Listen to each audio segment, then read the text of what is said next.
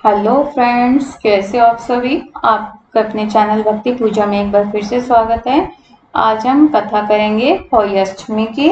होली अष्टमी का क्या महत्व है, पूजन कैसे करते हैं, पूजा कैसे करते हैं और इसकी क्या कथा है वो हम वीडियो में करेंगे। तो स्टार्ट करते हैं।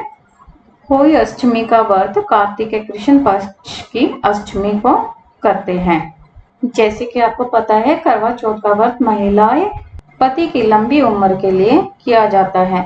इसी तरह से होली अष्टमी का व्रत पुत्रों की लंबी आयु और उनकी मंगल कामना के प्रयोजन से किया जाता है।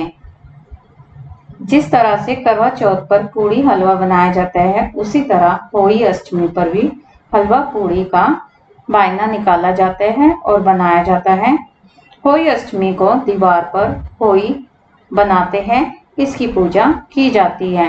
आजकल तो कोई होली नहीं बनाता, बाजार से ही बना बनाया चाट मिल जाता है। आप वो चाट ले आना और दीवार पर लगा देना। फिर दो दोगड़ मीन्स 2 मटकी मोली बांधकर रोली से सतिया कर जल भरकर होली के सामने रखते हैं। मटकी आप स्टील की भी ले सकते हो, लेकिन अगर आपका पहली होली है तो आप मिट्टी की होली ही लेना। दोनों दोगड़ पर 5-5 बताशे या पूड़े व 5-5 सिकाड़े रखते हैं। होली के दोनों सिरों पर आटे से नाले की माला लगाते हैं। बीच में आटे में ही 1 रुपया भी चिपका देते हैं। दोनों दोगड़ों को चांदी की माला स्याहूं व मनकों वाली पहनाते हैं। दोगड़ के आगे गेहूं की डेरी लगाते हैं। डेरी पर एक तेल का दीपक जलाते हैं। 1 लोटा जल भरकर रखते हैं। मौली बांधकर सत्या करके अपने माथे पर भी बिंदी लगाते हैं। फिर होली के आगे बैठकर हाथ में गेहूं के 7 दाने लेकर और कहानी सुनकर गेहूं से धोख मारते हैं। फिर विनायक बाबा की कहानी भी कहते हैं। तारे देखकर तारों को अर्घ्य देना होता है। 14 पूड़े या गुलगुले या गुलाब जामुन फल रुपये रखकर बायना निकालते हैं। पानी गमले में देते हैं। फिर व्रत खोलते हैं। बायना चावल चीनी का भी मिनस सकते हैं। चांदी की माला किस प्रकार बनती है। होली के दिन महिलाएं चांदी की माला भी पहनती हैं, जो दिवाली के बाद उतार कर रख दी जाती है। केवल पुत्रवती महिलाएं धारण करती हैं यह विशिष्ट माला। जब महिला के प्रथम पुत्र हो जाता है, वह सुनार से चांदी की एक स्याहूं और 2 मोती बनवाकर एक धागे में डालकर रख लेती है।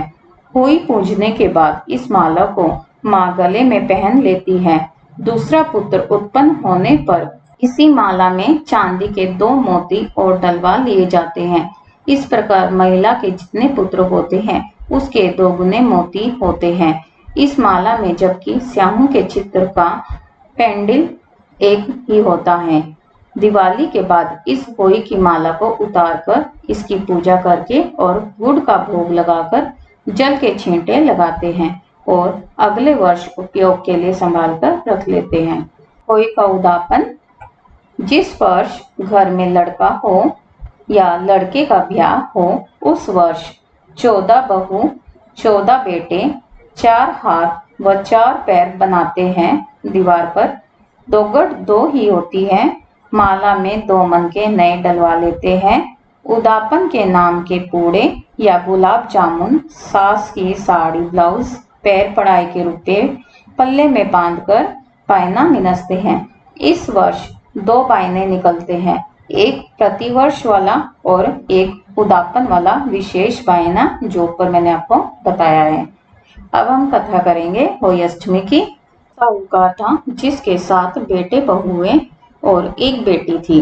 कार्तिक के महीने में दिवाली से पहले अष्टमी को अपने मकान की लिपाई पुताई करने के लिए 7 बहुएं अपनी इकलौती नंद के साथ जंगल में जाकर खदान में मिट्टी खोद रही थी। वहां पर स्याहू की मांद थी। मिट्टी खोदते समय नंद के हाथ से कुड़ाली स्याहू के बच्चे को लग गई और वह तुरंत मर गया। इससे स्याहू माता बहुत नाराज हो गई और बोली, मैं तेरी कोख बांधूंगी। नंद अपनी 7 भाभियों से बोली, तुम में से कोई अपनी कोख बंधवा लो। तब 6 भाभियों ने अपनी कोख बंधवाने से इनकार कर दिया, परंतु छोटी भाभी सोचने लगी कि यदि मैंने भी अपनी कोख नहीं बंधवाई तो सासू जी नाराज हो जाएगी। यह सोचकर नंद के बदले में छोटी भाभी ने अपनी कोख बंधवा ली। इसके बाद छोटी बहू के जो बच्चा होता वह 7 दिन का होकर मर जाता। एक दिन उसने पंडित जी को बुलाकर पूछा, मेरी संतान 7वें दिन मर जाती है, इसके लिए मैं क्या करूं? तब पंडित ने कहा, तुम सुराही गाय की सेवा करो।